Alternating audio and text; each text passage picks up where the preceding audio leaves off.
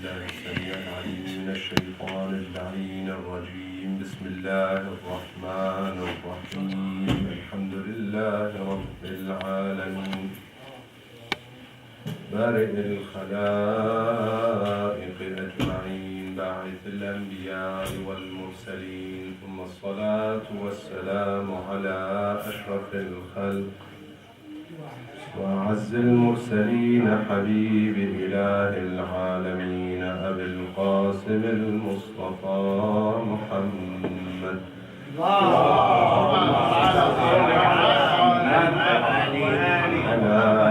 آل بيته الطيبين الطاهرين المعصومين المنتجبين،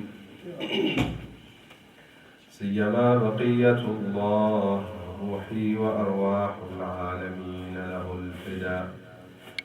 بسم الله الرحمن الرحيم. اللهم كن لوليك الحجة ابن الحسن صلواتك عليه وعلى آبائه في هذه الساعة وفي كل ساعة وليا وحافظا وقائدا وناصرا ودليلا وعينا حتى تسكنه أرضك طوعا وتمتعه فيها طويلا برحمتك يا أرحم الراحمين. صلى الله عليك يا سيدي ويا مولاي يا رسول الله، صلى الله عليك وعلى آل بيتك المظلومين المقهورين، صلى الله عليك يا أبا عبد الله، يا عبرة كل مؤمن ومؤمنة، يا رحمة الله الواسعة، ويا باب نجاة الأمة، غريب يا مظلوم كربلاء. قد كان بعدك أنباء وهنبتة،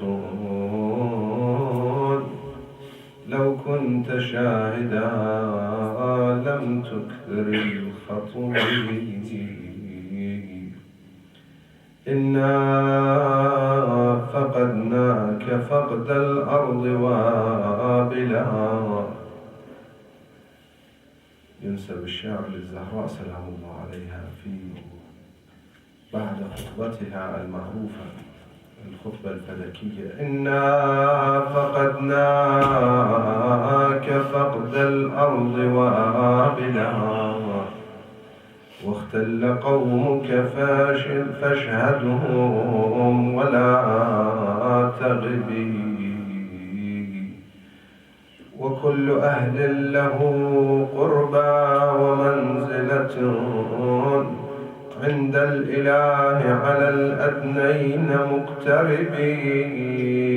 أبدت رجال لنا نجوى صدورهم لما مضيت وحالت دونك التربي. تهجمتنا رجال واستخف بنا لما فقدت، وكل الإرث مغتصبي، وكنت بدرا ونورا يستضاء به. عليك ينزل من ذي العزة الكتب، لا حول ولا قوة إلا بالله العلي العظيم. إنا لله وإنا إليه راجعون. قال الله الحكيم في محكم كتابه الكريم: بسم الله الرحمن الرحيم. قل هل من شركائكم من يهدي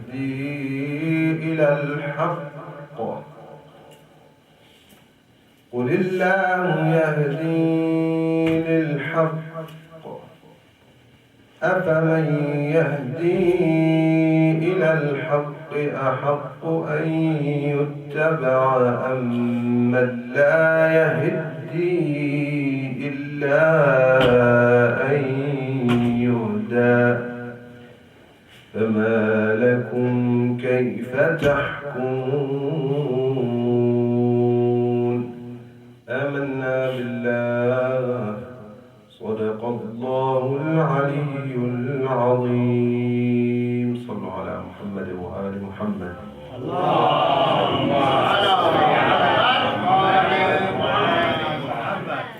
فضل الله أجورنا وأجوركم بمصابنا بفاطمة الزهراء سلام الله عليها. May Allah subhanahu wa ta'ala raise our status and increase our rewards for being amongst the lovers and the followers of Ahlul Bayt salawatullah wa salamu alayhim, those who are saddened in the grievous and sad days for Ahlul Bayt salawatullah wa salamu alayhim. May Allah subhanahu wa ta'ala make us amongst the sincere ones in our love and our following of Ahlul Bayt. Allah subhanahu wa ta'ala revealed in the Holy Quran a beautiful surah that is considered Qalbul Quran. It was beautifully recited, or part of it was beautifully recited by our dear brother Hajj Rasul. May Allah subhanahu wa ta'ala give him rewards, and his parents, inshallah, his father who passed away recently. May Allah subhanahu wa ta'ala have mercy on his soul and bless him and his duriyah for his recitation of the Holy Quran. In fact, it is called the heart of the Holy Quran, Qalbul Quran, in which there is another heart, Qalbu Surat Yasin, is the story of the messengers, Mursaleen. Allah subhanahu wa ta'ala says to the Holy Messenger, وَاضْرِبْ لَهُمْ مَثَلًا أَصْحَابَ الْقَرْيَةِ إِذْ جَاءَهَا الْمُرْسَلُونَ. Give them an example. The people of the city. Qarya is a city. When the messengers came to them, إِذْ جَاءَهَا الْمُرْسَلُونَ. Then it explains, إِذْ أَرْسَلْنَا إِلَيْهِمُ اثْنَيْنِ فَكَذَّبُوهُمَا فَعَزَّزْنَا بِثَالِثٍ. Initially, Allah subhanahu wa ta'ala sent two of the messengers to them. Most of the narrators and historians say it refers to the story of the disciples, some of the messengers at the time of Nabiullah Isa ala nabina wa alihi wa alayhi salam. A beautiful story. He sent two people to this city. Some say it's in Turkey, others say it's in Italy today. In fact, some say that there are evidence, or there is enough evidence to say that the people of a specific city in Italy are the people around the time of those messengers. Wallahu a'lam. إِذْ أَرْسَلْنَا إِلَيْهِمُ اثْنَيْنِ. Allah subhanahu wa ta'ala sent them two people, came to guide them, came to help them, came to teach them how to be better human beings. The reason of the Risala and the Rusul, Allah subhanahu wa ta'ala sent all the messengers, all the Rusul. Why? So that we live as human beings, we live a better life here, before the hereafter. That is a natural consequence. That if you're living a good life, a godly life here, hayat طيبة في عالم الدنيا, in this world, the result of it is hayat طيبة in the hereafter. And we're not referring to worldly pleasures, the real طيب, the real goodness in this world. If you live it here, you're going to live it in the hereafter. So Allah subhanahu wa ta'ala sent them two messengers. What do? فَكَذَّبُوهُمَا. People often deny. They're comfortable in the way they're living. Someone comes to criticize them, tells them the way you're going is wrong. The path that you're taking is wrong. You need to change. People don't like it. It's very common. It's common amongst us.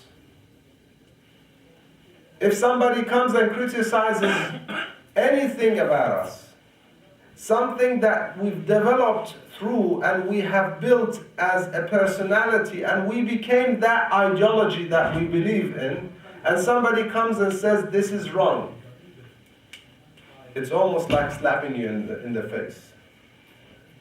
And you don't want to accept it. But sometimes we have to. Sometimes we have to take it. They say in Arabic that truth is bitter. حقيقة مرة.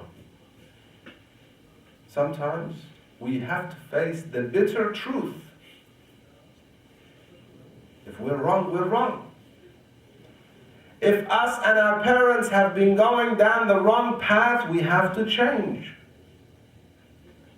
If somebody comes for no reason but to guide us, help us,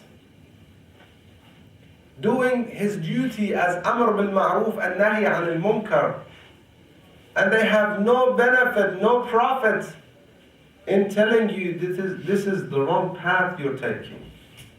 The way you're dealing with your children is wrong. The way you're bringing up children in this society is wrong. Your priorities are wrong. And they're doing it solely for your sake because they care about you. Our response to that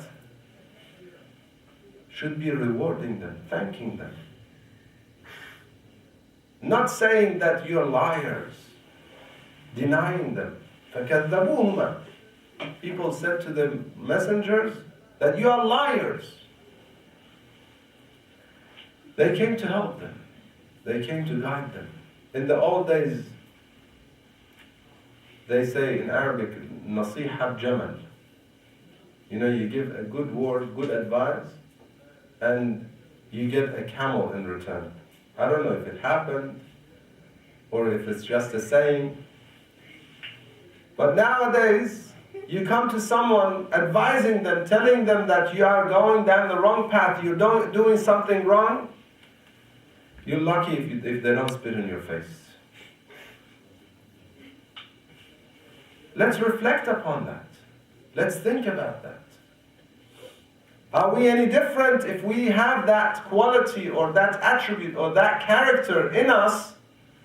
Are we any different to the people who denied the Mursaleen?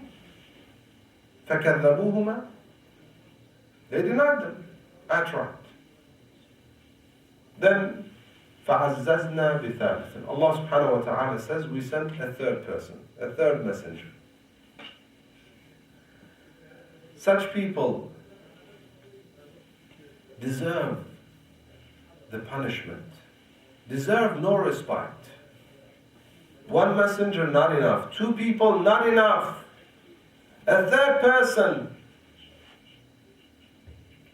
So the messenger say to them, we are messengers of God. Inna ilaykum mursalun. The first argument, you're just as we are. You're no different to us. قالوا ما أنتم إلا بشر مثلنا. You're no different to us. Now you're telling us that God gave you some message and some revelation came to you, when you're just like any of us. Unfortunately,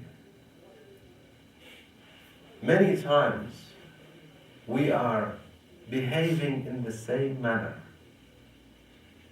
Somebody comes to advise us. Somebody comes to help us. Somebody comes to save us from the hellfire. This is the duty of someone who does amr bil ma'ruf and nahy anil munkar. It's to save you falling from that cliff, from the sirat. He comes to do that for you and I. And how do we behave towards them? Many a times we try and find some faults in them so that we say, he's like any of us. Look at his life, his children, his this, his that, trying to find something in them so that we discredit them and we discard them. And discard their message and their advice. So there's no merit in what he's saying. If he had any goodness, he would have solved his own problems. This is the unfortunate reality. Many of us try to justify within us our own faults. We're not wrong. But this guy is saying that we are. So we have to find some resolution for ourselves, because we don't want to accept the truth, the reality, the bitter truth. So next, we try to discredit the person, the speaker, so that we can discard him and his message and his criticism. Try and find some faults.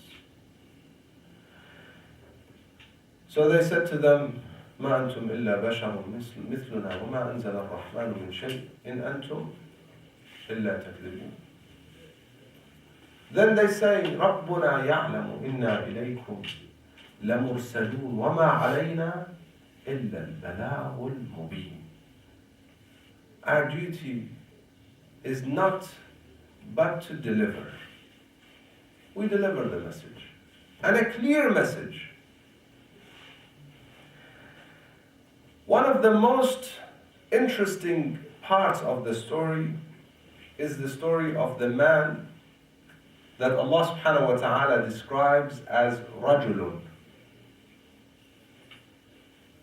And one of the mufassirin, he says, perhaps referring to rijalun in the Holy Quran, saying rijalun la tulhihim tijaratun ولا بيع عن ذكر الله وإقام الصلاة وإيتاء الزكاة. Referring to those pious men that are never distracted by their worldly affairs, business, children, day-to-day life, that will not distract them and sway them from the path of remembering Allah subhanahu wa ta'ala. So perhaps this rajul is from those rijal. وَجَاءَ مِنْ أَقْصَى الْمَدِينَةِ رَجُلٌ يَسْعَى. A man came from far distances in the city. Again, what is the relevance? Every part in the Holy Quran, every letter, and the place of that letter has a meaning. One of our scholars once, in a debate with some university students, speaking about the miracle of the Quran. So many people not familiar with the Quran, they don't understand how is it a miracle. كثير من الناس لا يفهم إعجاز القرآن. They don't understand. Why is the Quran a miracle? How is the Quran a miracle? Isn't it a book?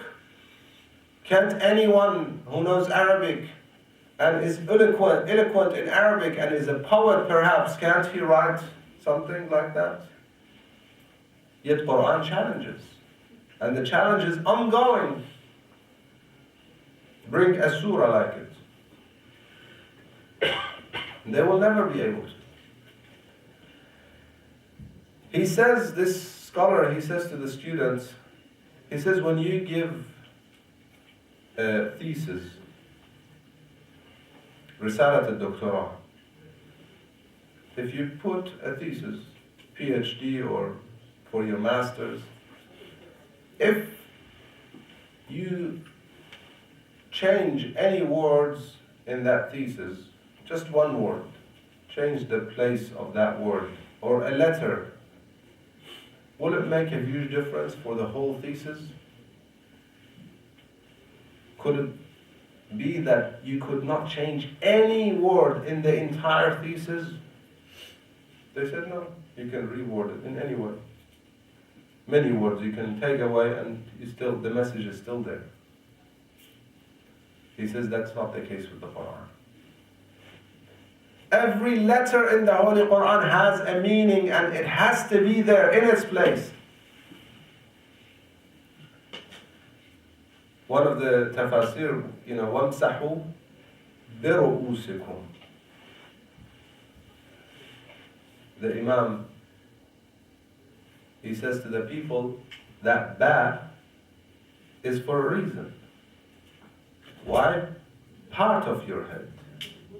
That ba in Arabic sometimes means part of. Don't wipe the entire head. As opposed to some that believe that as you wipe, you have to wipe the entire head, include the ears and so on. No. The Imam says, وَامْسَحُوا بِرُؤُوسِكُمْ. There's a reason for that ba. This is Quran. So when it says, وَجَاءَ مِنْ أَقْصَى الْمَدِينَةِ رَجُلٌ, a man came from a distance, a far place in the city, it has a reason. And perhaps many depths within the same term in the same ayah. One, Mufassirin, they say that regardless of how far you are from people, you still have to try and help them, guide them. Amr bil Ma'ruf and Nahi anil Munkar does not finish in the circle of you and your children. Anyone that you come across or hear about, they're going down the wrong path. As a human being, you have to help them. It is your duty. Your neighbor is American, and he has no idea about Islam, the Prophet, and goodness, and he's going down the wrong path. You have to help them. Our duty. It doesn't stop just in our own small circle. The more caring that we are, the more of a human being we are. Godly human being. The Prophet ﷺ became the best person that ever walked on earth because he was mercy not just for the people, rahmatan lil alameen, caring about everyone. So this man comes from distance. Another meaning they say that he was not necessarily amongst the elite, lived in Aqsa al-Madinah. He did not live in the center. So many other suggestions given, and he came yas'a. Brothers and sisters, when it comes to a duty, a religious duty, we have to be very eager about doing it. Sa'i is not walking. He came in a rush. He came hurrying. He realized people are denying the prophets, the messengers. The first, the second, the third. He came in a hurry. He came rushing. Came to guide people. Came to help his people. قال يا قوم اتبعوا المرسلين. My people, follow the messengers. Then he uses a great argument. Again, reminding us of those who come to help us and advise us. sometimes criticizing us. He says, اتبعوا من لا يسألكم أجرا وهم مهتدون. Ask those who do not ask you for a reward. Follow those who do not ask you for a reward. They're doing it as a duty, as a responsibility that Allah subhanahu wa ta'ala put on their shoulders. Not because they want any reward from you. اتبعوا من لا يسألكم أجرا. Think of it. These people are not here asking you for voting. They're not asking you for anything. They want you to go on the right path, off the wrong path into the right path. They want to guide you. They want to help you. They have no other incentive. اتبعوا من لا يسألكم أجرا. Then look at themselves. Look at them. وهم مهتدون. They're not mad people. They're not insane. They have no incentive to come out and speak to you. هم مهتدون ليس فيهم جنون. في أخلاقهم مهتدون. في أعمالهم مهتدون. Guided in their actions, in their behavior, in their mannerism. Because it is not referring, he cannot tell people they're guided to God when they're denying them as messengers. But they're guided as an argument. He's saying, hum muhtadun, they're guided in the way they behave. In their akhlaq, in their a'mal. Again, that's a lesson for those who want to advise people. For those who want to help people. So the lessons go both ways. One for those who want to advise and do the amr bil ma'roof and nahi anil munkar. And one for those who are being advised and criticized. If you want to be listened to, you have to be the message that you are passing. You have to live. They say Quran and the recitation, qira'at al-Quran, comes from also istiqra'. In other words, to be the Quran. When we have a hadith saying you recite, for instance, this surah or this ayat and you are saved from any evil in this world, from shayateen in this world, and you're guaranteed heaven, it's not just by reading it. It's by being it. You have to act the message that you're passing. اتبعوا من لا يسألكم أجرا وهم مهتدون. He continued helping his people, guiding his people. Narrators say that he is named Habib al-Najjar, known as Habib al-Najjar. People denied him and threatened him. Despite their threats, initially he was telling his people to follow the messengers. He had not declared that he follows the messengers. But it's obvious when you're telling others, it's like the story of Abu Talib, the father of Amir al-Mu'mineen, Ridwanullah ta'ala alayh. He's supporting the Prophet, helping the Prophet, helping his message, helping his cause, defending the Prophet, defending those who believed in the Prophet, finding or offering his property as a shelter for those who were exiled and sent out of Mecca because they believed in the Prophet. Yet you have some Muslims, they say he did not believe. He was never a believer. Use some common sense.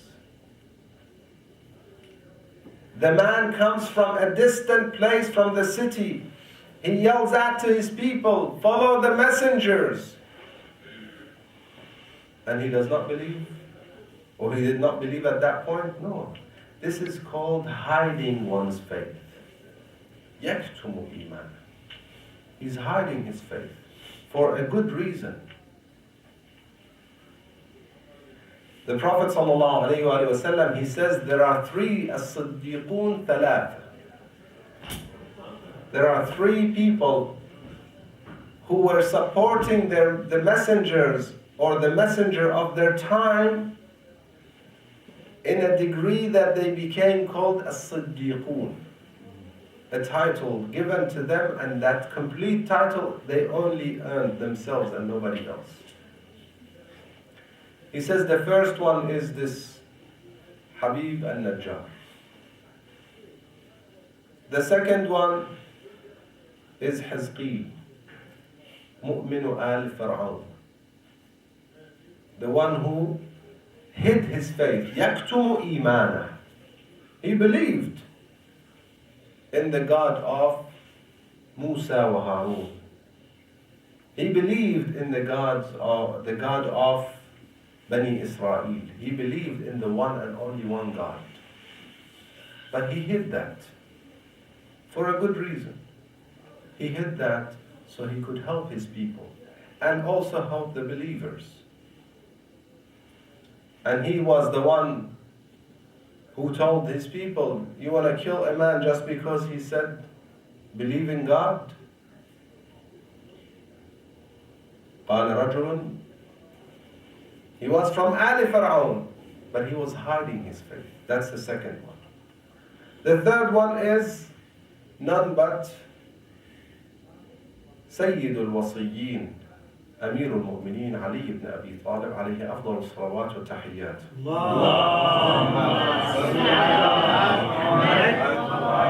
And the Prophet ﷺ, he says, and he is the best one out of them.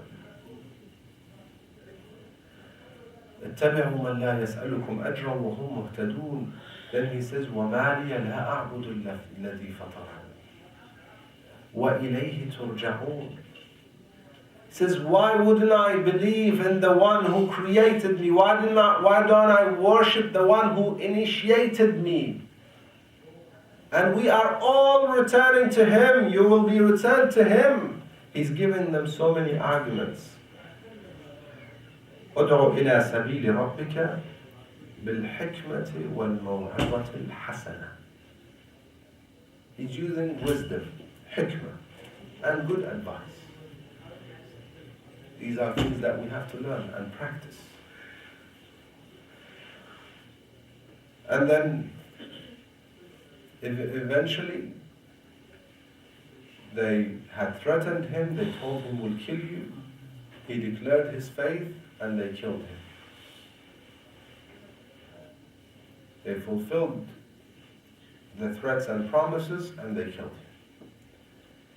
And narrations say that he was killed in the most difficult, torturous way. Some they say they stepped over him with their feet and basically kicking and walking over him until he died. Others they say they threw stones at him until he died. Such a difficult death. But he became a martyr. Then immediately he is admitted to heaven, to paradise. Then he's as he's being admitted and as he's entering paradise, he says, يا ليت قومي يعلمون بما غفر لي ربي وجعلني من المكرمين. So caring. These are the qualities of the Siddiqeen. These are the qualities of awliyaullah. Despite the fact that they did all what they did to him, despite the fact that they did all what they did to the Prophet of Islam, Rasulullah sallallahu alayhi wa sallam, caused him so much heartache and so many problems. Despite all that, he prays for them. He says, Allahumma ahdi qawmi fa innahum la ya'lamun. He does not develop hatred for them. He does not have arrogance that I'm better than them. Remember, this is a message for both. The people, the Amma, the Awam, and those who want to set themselves as role models and guide people and help people. Instead, he says, يَا لَيْتَ قَوْمِي يَعْلَمُونَ بِمَا غَفَرَ لِي رَبِّي. I wish my people knew of the forgiveness and of the mercy and the honor that Allah subhanahu wa ta'ala gave me. He wanted them to be there. But what happened to them? To his people, they did not last for long. إِن كَانَتْ إِلَّا صَيْحَةً وَاحِدَةً فَإِذَا هُمْ خَامِدُونَ. One blowing, and they were all dead. And صَيْحَةً وَاحِدَةً refers to immediate death. An example of that is given in a city in Italy. Could be this, or it could be another city that they were living in, but in a similar death. They found fossils and ashes of people who died such an immediate death, the whole city, as a result of eruption of a volcano that was so close to them, the heat of that volcano killed them immediately. In a way that as they find today, they find fossils and certain ashes that form their bodies, they are digging and finding them one after the other, and every time they find one, they confirm that they died such a death that they could not even think about anything, change anything in that position that they were in.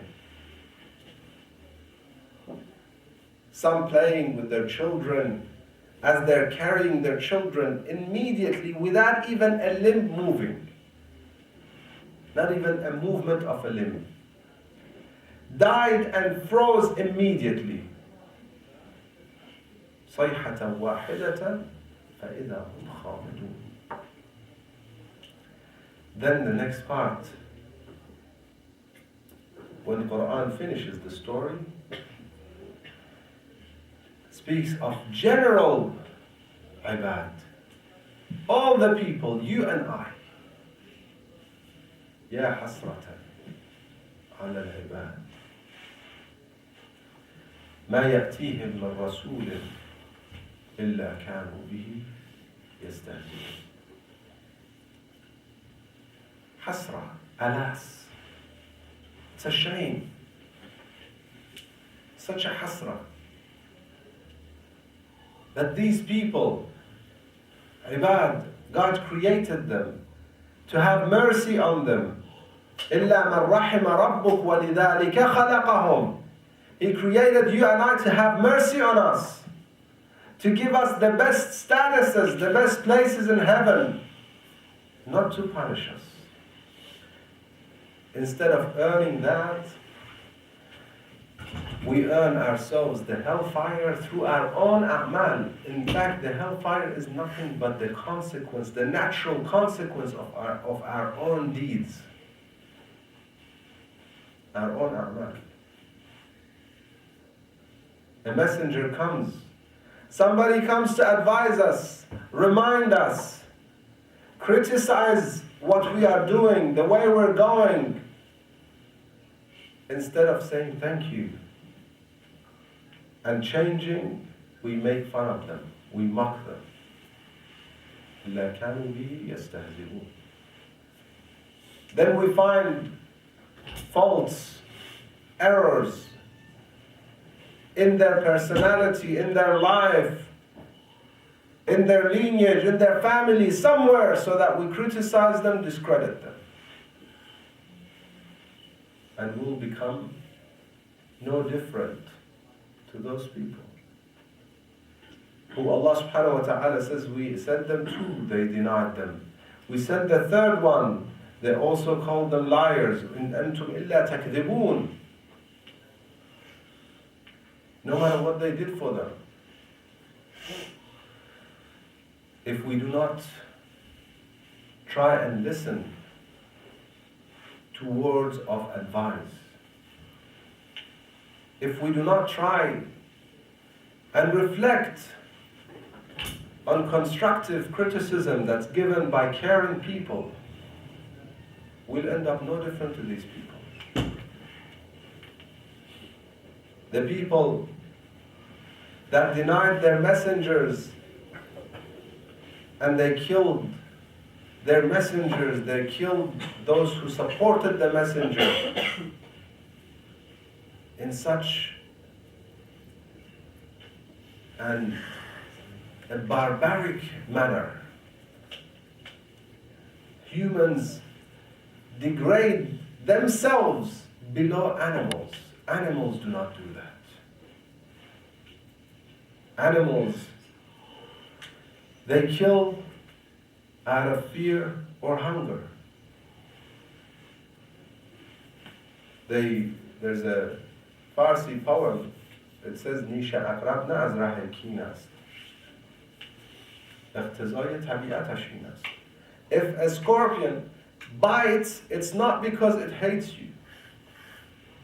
If anyone thinks that a scorpion comes and bites you, العقرب إذا يقرص, it is not because it hates you. It's defending itself. You come within close proximity to it, it's scared, it bites. If a lion kills, it's hungry. But when humans kill, they below animals. They have the intellect, and they have the messengers. And they have the hujaj, al-ilahiyya, the godly proofs, including their intellect, the aql, which is one of the hujaj. They have it, they know it, yet they go down the wrong path. They earn themselves the punishment with their own hands. And so God says, Ya hasratan ala al-ibad. One of the proofs of the messenger's truthfulness and the fact that they are caring for us and want nothing from us is the fact that they ask for no reward. اتبعوا من لا يسألكم أجرا وهم مهتدون. And follow those who do not ask you for a reward. Yet the Ummah, they treated all the messenger, including the final messenger, Rasulullah sallallahu alayhi wa sallam,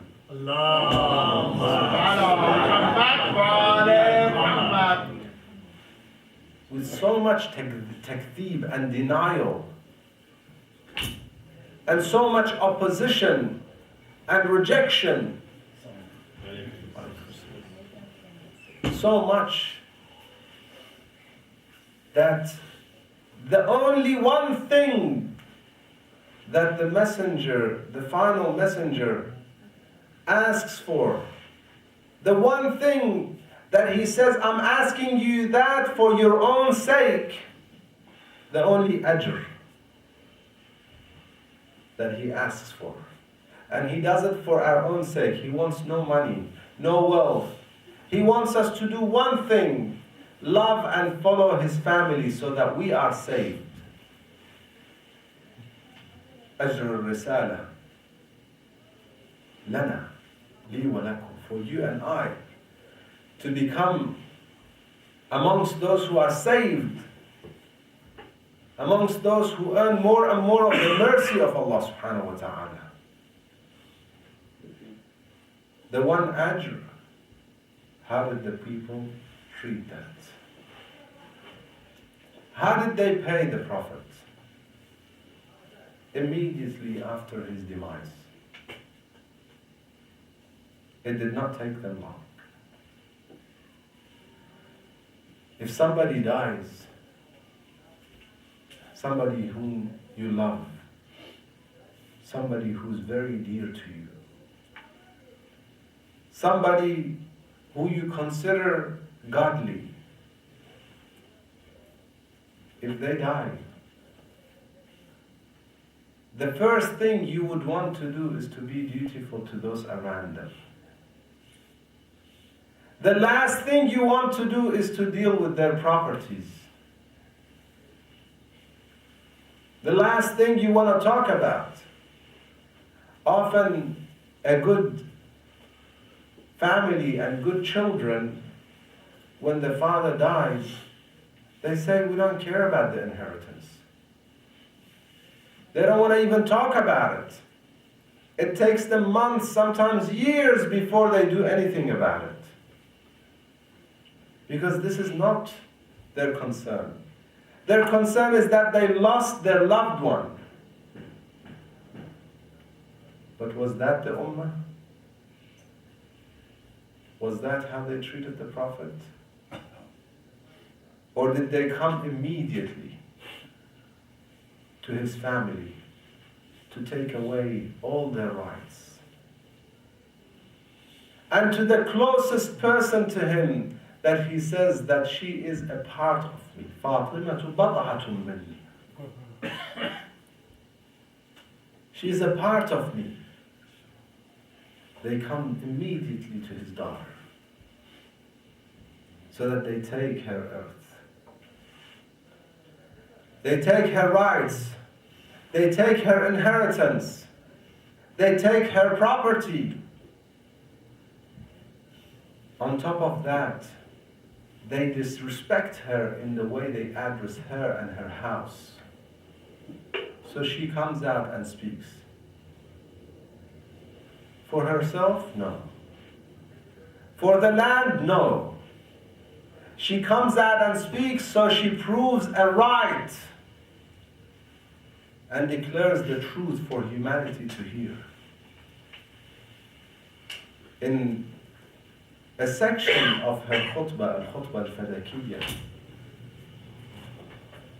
in part of her sermon known as the Sermon of Fadak, after praising Allah subhanahu wa ta'ala, after re-establishing Tawheed, monotheism, to these people that forgot about monotheism, after re-establishing the reason why Allah subhanahu wa ta'ala sent her father as a messenger, re-establishing the usul, the principles, after re-establishing nubuwwah, تذكرهم بالتوحيد تذكرهم بالنبوة, after re-establishing those, she then speaks to them about her right, the rights that were taken by the ummah, reminds them of the fact that people have to love a person by caring for their family, those who they left behind. And then she says to the people that you go to the least knowledgeable ones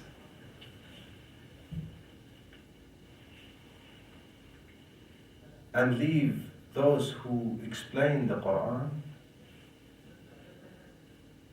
You leave the cousin of Rasulullah, ibn Ammihi, Ali ibn Abi Talib, the one who can best explain the Quran to you, so that you, ignorant people, try to judge and try to explain the Quran.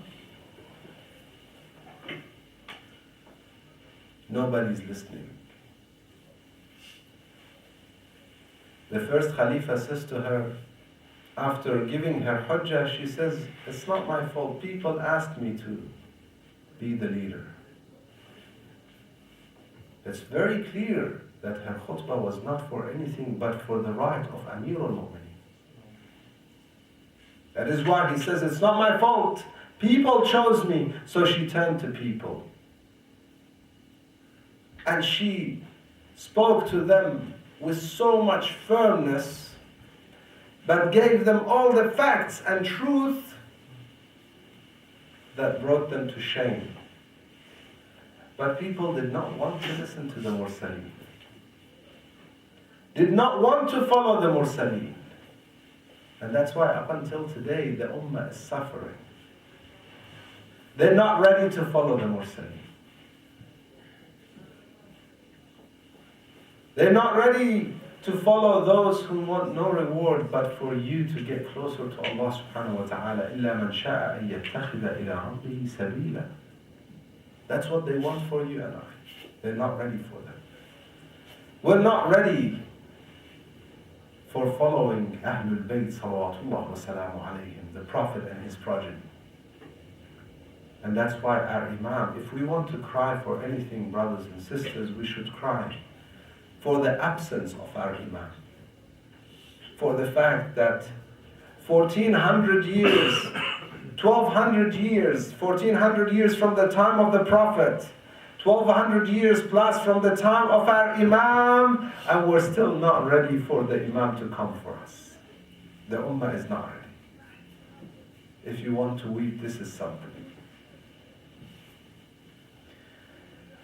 The one who would ask for revenge for Anbiya wa Dhuhul al-Anbiya.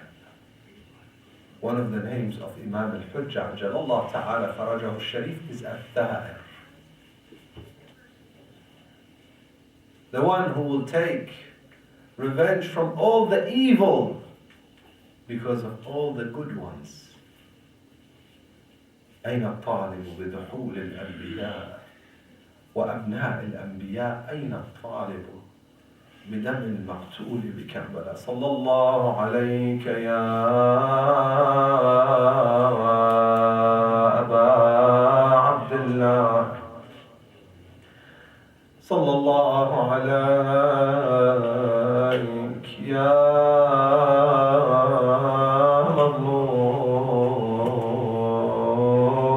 مظلوم كربلاء. One day, Imam Hussein is farewelling his mother as Fatima al-Zahra on her last day. في آخر يوم من حياتها جهزت الحسنان ألبستهم أفضل الثياب قالت لهم اذهبوا إلى زيارة قبر جدكم. Fatima al-Zahra sent her children to visit the grave of Rasulullah sallallahu alayhi wa alihi. She tells Asma, bring some water for me to perform the ghusl.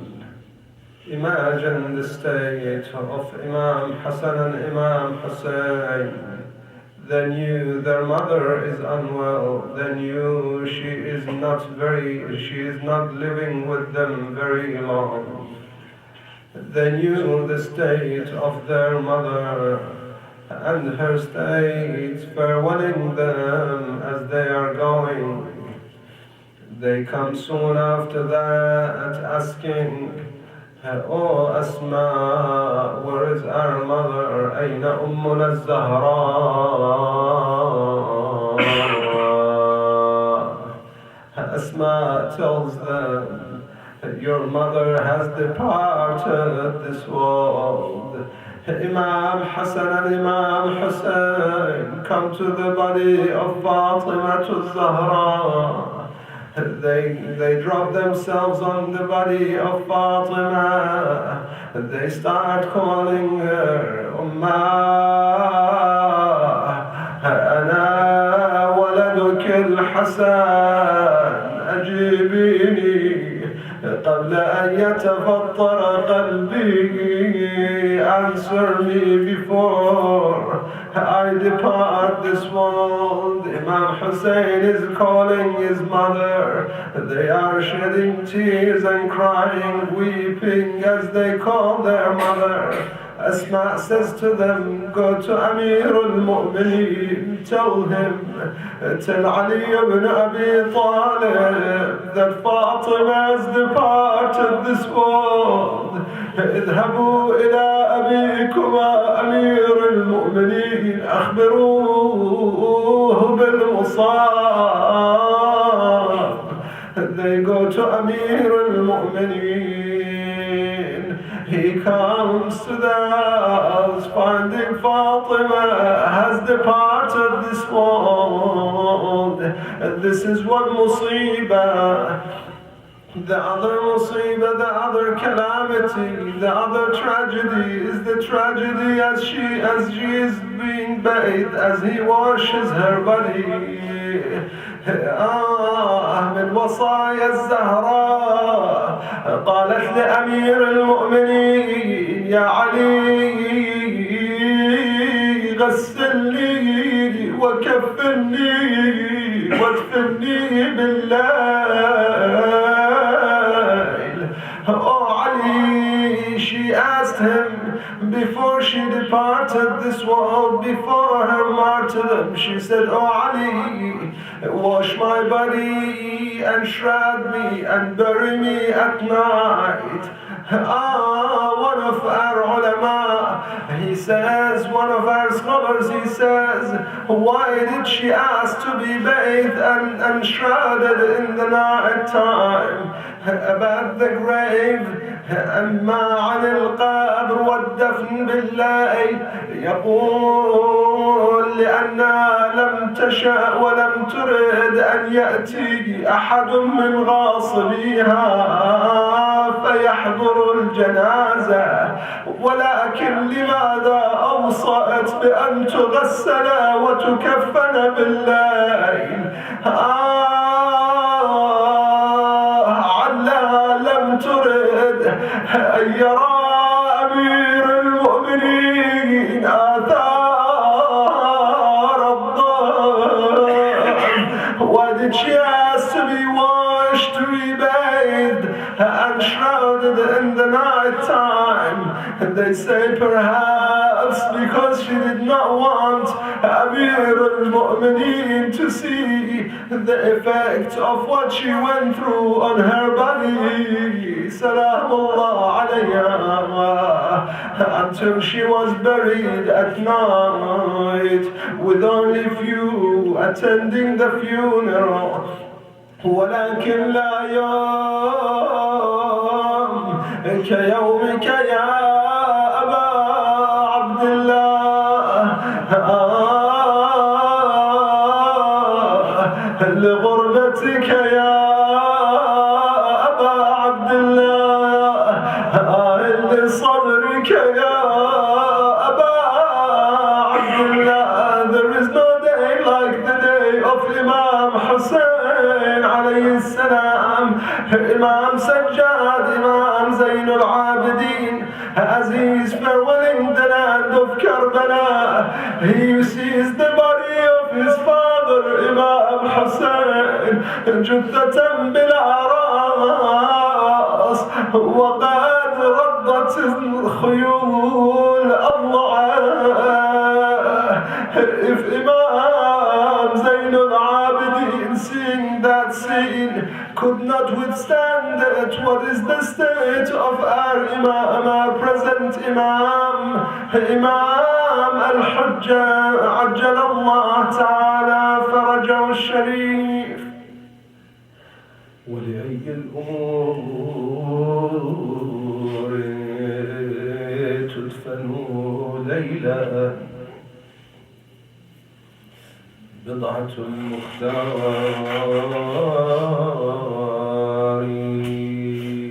لا حول ولا قوة إلا بالله العلي العظيم. إنا لله وإنا إليه راجعون. وسيعلم الذين ظلموا آل محمد أي منقلب ينقلبون والعاقبة للمتقين. نسألك اللهم وندعوك باسمك العظيم الأعظم الأعز الأجل الأكرم إلهي بفاطمة وأبيها وبعلها وبنيها وبالسر المستودع فيها استجب دعواتنا يا الله. اللهم ارزقنا توفيق الطاعة وبعد المعصية وصدق النية وعرفان الحرمة وأكرمنا بالهدى والاستقامة. اللهم املأ قلوبنا بالعلم والمعرفة. اللهم طهر بطوننا من الحرام والشبهة. اللهم شاف مرضانا. اللهم اجعل عواقب أمورنا خيرا. ارحم موتانا موتى الحاضرين من اجتمعنا لأجلهم ارحمهم برحمتك يا الله. أسكنهم الفسيح من جناتك يا الله. اللهم عجل فرج مولانا صاحب العصر والزمان. اجعلنا من أنصاره وأعوانه والذابين عنه ومقوية سلطانه يا الله. إلى أرواح المؤمنين والمؤمنات الشهداء والصالحين من اجتمعنا لأجلهم أموات الحاضرين. رحم الله من قرأ السورة المباركة الفاتحة محفوفة بالصلاة على محمد وآل محمد.